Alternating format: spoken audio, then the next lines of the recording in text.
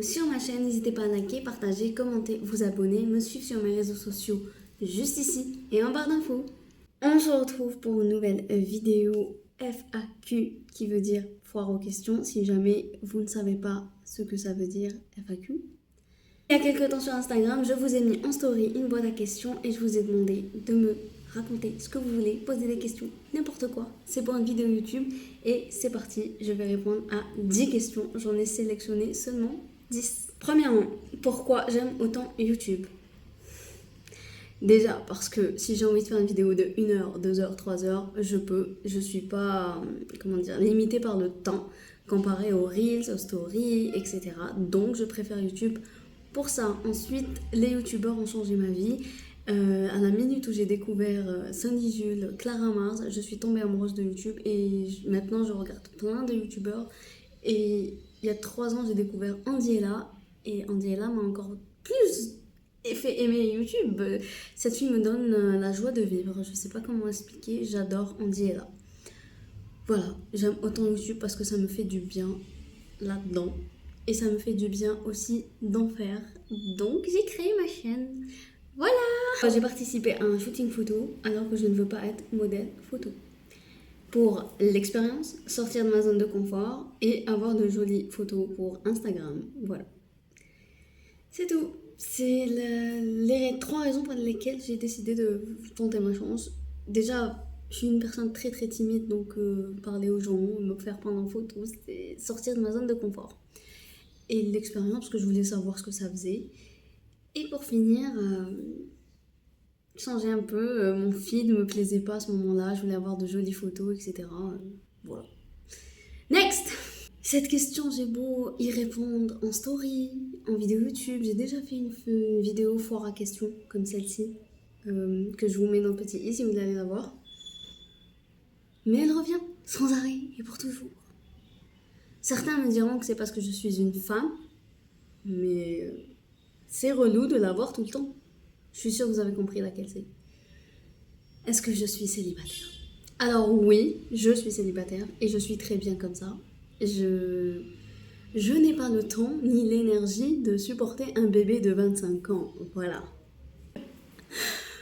Bon, blague à part. La vérité, pourquoi je suis célibataire ?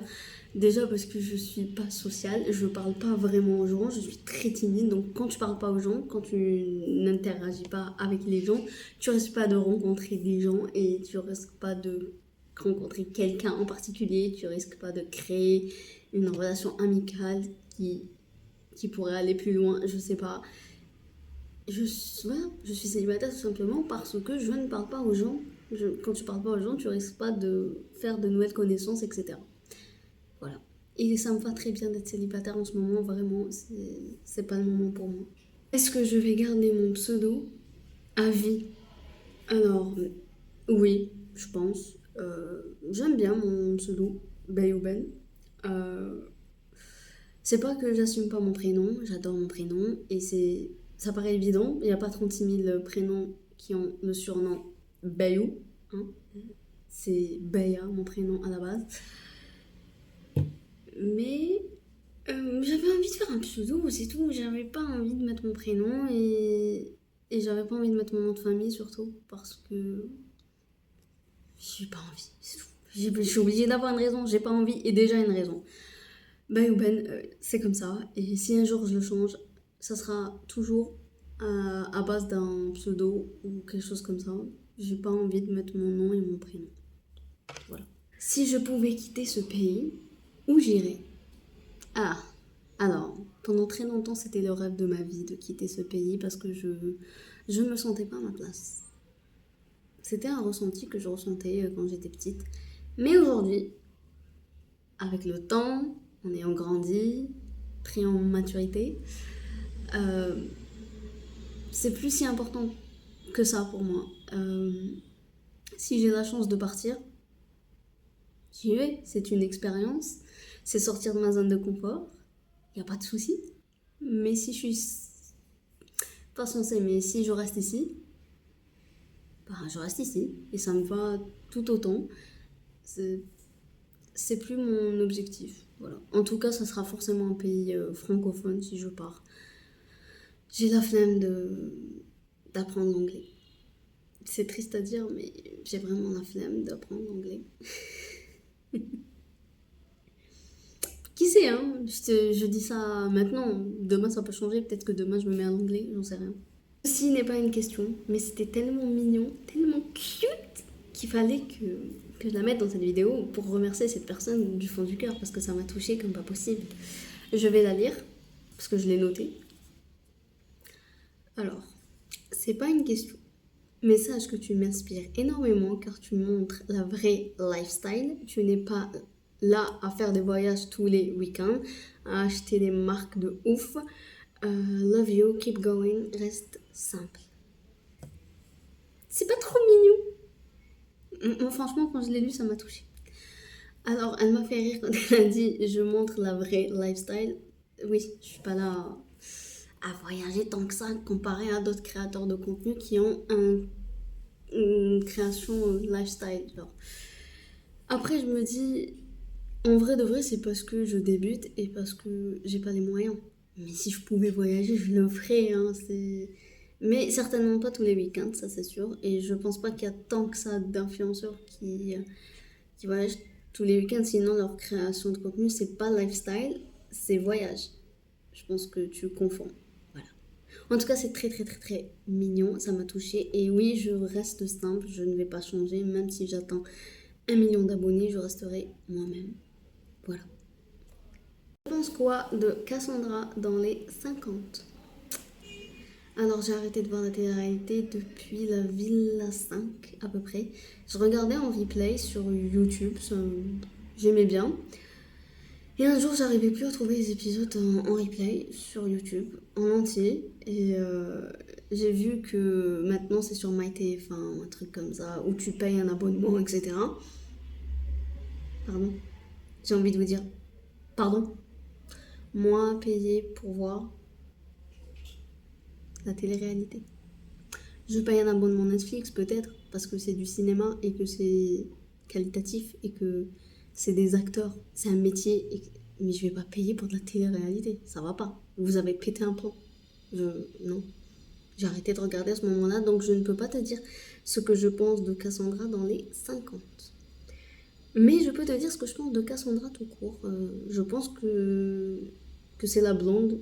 C'est pas une autre Cassandra, je vois pas une autre. C'est la seule que je connais, elle a fait la Villa 5 d'ailleurs, c'est là que je l'ai connue. Cassandra Julia, je crois que c'est elle. Alors, pour moi, c'est l'incarnation du courage et de la force, dû à ce qu'elle a vécu. Et je pense qu'on devrait lui foutre la paix un petit peu à tout le temps l'accabler de ce qui lui arrive. Genre, ça doit pas être évident de vivre tout ce qu'elle a vécu. Et il y a des gens là qui lui disent des choses horribles. Je sais pas. Elle est où l'humanité dans cette histoire? Je sais pas, c'est quelqu'un qui a vu littéralement son frère mourir. Si je dis pas de bêtises, c'était ça son plus gros problème dans la vie là. C'est qu'elle n'arrivait pas à passer à autre chose par rapport à un accident avec son frère. Mets-toi à sa place 2 secondes. 2 secondes, t'as 11 ans. Elle avait 11 ans, je pense. 11-10 ans à peu près. Et tu vois ton petit frère mourir sous tes yeux. Foutez-lui la paix, frère. Je sais pas. Et en ce qui concerne la critique là que tout le monde disait, on parle de Lucie si elle fait un bon travail, puisqu'à ce moment-là, elle est venue 2 fois ou 3 fois, je sais plus. Je tiens à préciser une chose dans la vie de tous les jours, en dehors de la télé-réalité, quand on voit un thérapeute, on va le voir plusieurs fois.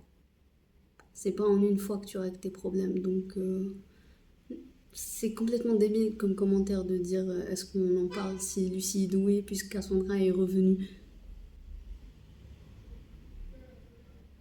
Bref, moi j'adore Cassandra, pour moi c'est l'incarnation de la force, du courage et je lui souhaite tout le bonheur du monde à cette fille. Voilà, on passe à des questions un peu plus hard, délicates, compliquées.